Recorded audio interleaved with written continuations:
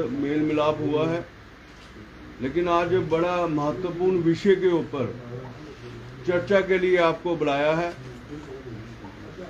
आज की press conference में मेरे साथ Anil ji, president mobile association और प्रेसिडेंट बहु प्लाजा एसोसिएशन, और मेरे साथ भरत केरनी जी, प्रेसिडेंट फुटवेयर एसोसिएशन, और राजीव जी, प्रेसिडेंट कंप्यूटर एसोसिएशन, और मेरे ऑफिस बीरर।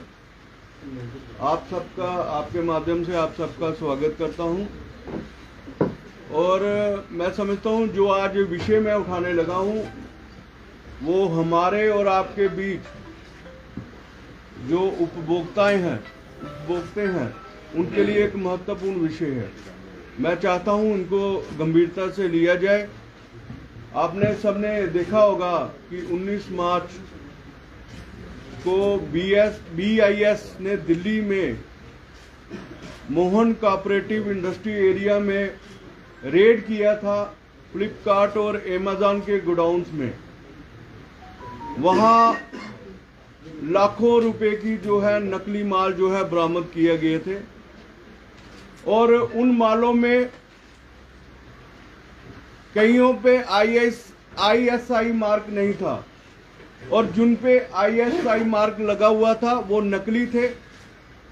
मैं चाहूँगा कि अपने IT हेड को कि वो यहाँ की जो मीडिया वो पेशकश करे, एक वीडियो पेशकश करे। उत्तर प्रदेश, हरियाणा, तमिलनाडु और तेलंगाना में अमेज़न और इंस्टाकार्ट के गोदामों पर छापे पड़े और उन्हें वहां पर 4000 से ज्यादा नकली वस्तुएं, नकली सामान मिला। इन सभी सामानों पर नकली ISI मार्क लगा हुआ था ताकि लोग ये पहचान ही ना सकें कि ये असली हैं या नहीं। और इन गोदामों से नकली स्मार्ट वॉचेस मिली हैं, नकली। सब साफ है कि जो बड़ी बड़ी ऑनलाइन कंपनियां हैं, चाहे अमेज़न है या और मल्टीनेशनल कंपनियां हैं, वो क्वालिटी के नाम पर जो है हमारे ग्राहकों को जो है ठगते हैं और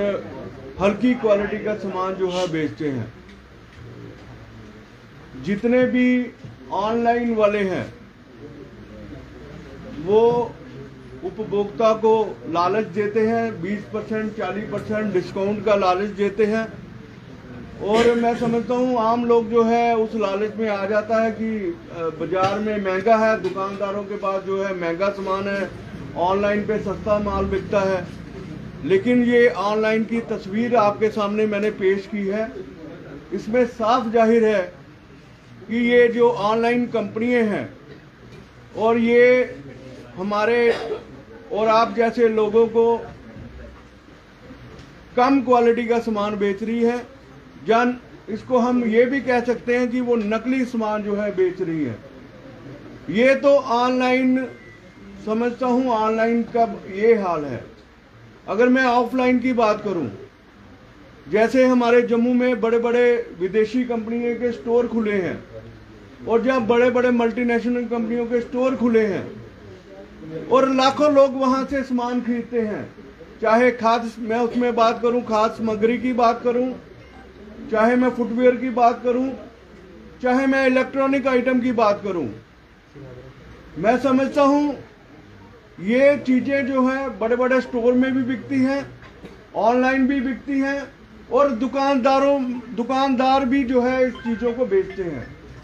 अगर मैं दुकानदारों की बात करूं तो दुकानदार जो है, आप देखो, एक पॉश एरिया में दुकान लेता है, उसको सजावट करता है, एम्प्लॉयमेंट जनरेट करता है, और उसके बाद जो है सामान जो है दुकान अपनी दुकान पे रखता है। और उसके बाद आप देखो कितने डिपार्टमेंट जो है दुकानदारों के ऊपर चेकिंग करते हैं।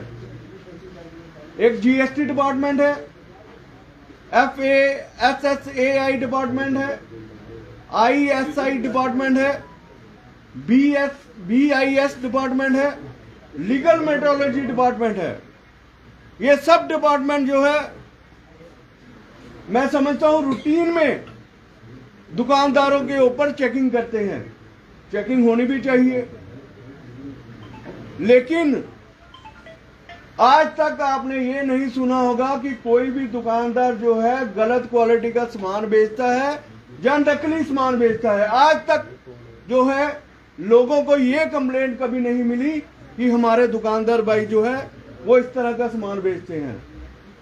मैं समझता हूं ये बड़े बड़े स्टोर जो हैं, जो विदेशी कंपनियों के स्टोर यहां खुले हैं, कभी आपने सुना है कि इस तरह के डिपार्टमेंट वहां जाके जो है चेकिंग करते हो? कभी लीगल मेट्रोलॉजी ने वहां जाके चेकिंग की हो? कभी FSAI डिपार्टमेंट ने चेकिंग की हो? मैं समझता हूं जब ये बड़े बड़े डिपार्टमेंट के वहां जाके चेकिंग नहीं करते, मुझे समझ नहीं आती वो डिपार्टमेंट वहां बिगी बिल्ली क्यों बन जाता है। जहां तो उनके साथ कोई गहरी दोस्ती है, जहां ये डिपार्टमेंट वहां जाने से डरते हैं। मुझे समझ आता है दोस्ती तो रखनी चाहिए, लेकिन दोस्ती के नाम पे आप लोगों को जहर खिलवाएंगे, वो हम जो है मंजूर नहीं करेंगे। मेरी आपके माध्यम से सरकार से अपील है कि ये जो डिपार्टमेंट है, जितने भी डिपार्टमेंट है, चाहे ऑनलाइन सामान बेचने वाले मल्टीनेशनल कंपनियां हो या बड़े बड़े स्टोर जो जम्मू में आए हैं, उनकी रूटीन चेकिंग होनी चाहिए, ताकि हम जैसे और आप जैसे लोगों के घरों तक असली सामान जो है पहुंच सके। हम कभी ऑनलाइन के खिलाफ नहीं आए। आपने देखा होगा हम व्यापारी वर्ग ने कभी भी ऑनलाइन के खिलाफ कोई भी बात नहीं की है।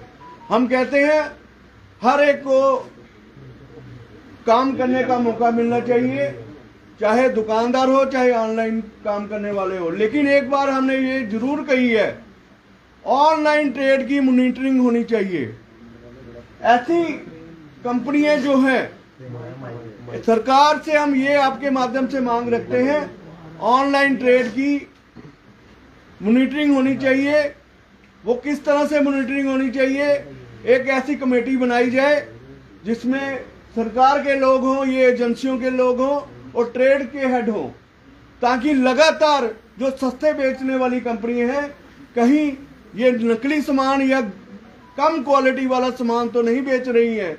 इसलिए इसकी ऑनलाइन जो काम कर रहे हैं उनकी मॉनिटरिंग होनी चाहिए।